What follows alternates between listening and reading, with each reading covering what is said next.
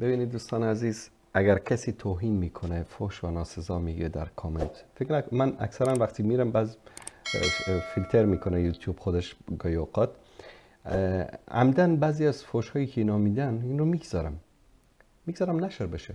چرا؟ طرف اومده گفته که مثلا پروفایلش هست یا علی یا شیعه حسین، بعد اومده فحش پدر و مادر رو من نشرش میکنم. چرا؟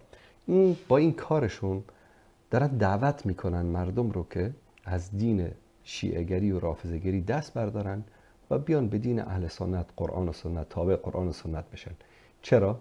چون انسان عاقل، انسان با تربیت، انسان با اخلاق وقتی که این کامنت میبینه، پروفایل طرف رو میبینه که شیعه علی نمیدونم یا حسین یا مهدی ادرکنی نوشته، بعد اومده زیرش فحش خار و مادر داده به طرف، در اینه که این دین باطل است. چون اگه دین باطل نمی بود همچین انسان‌های احمق و جاهل و به اصطلاح بی‌ادب رو تربیت نمی‌کرد.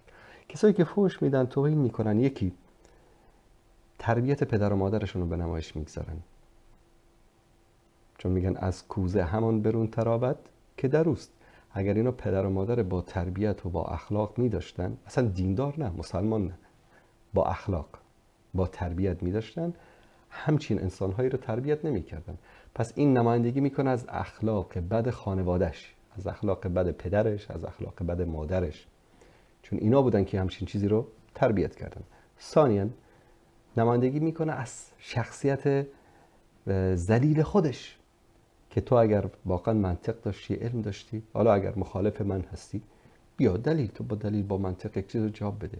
فحش دادن، توهین کردن، اهانت کردن، این شیوه یک انسان اولا مسلمان، ثانیاً انسان نیست، بلکه فحش دادن، توهین کردن شیوه انسان‌های ضعیف است. شخصیت ضعیف داشته باشه، جاهل باشه، نادان باشه، از خانواده‌ای پست باشه، با این روش میخواد که اون عقده‌های درونی خودش رو خالی بکنه.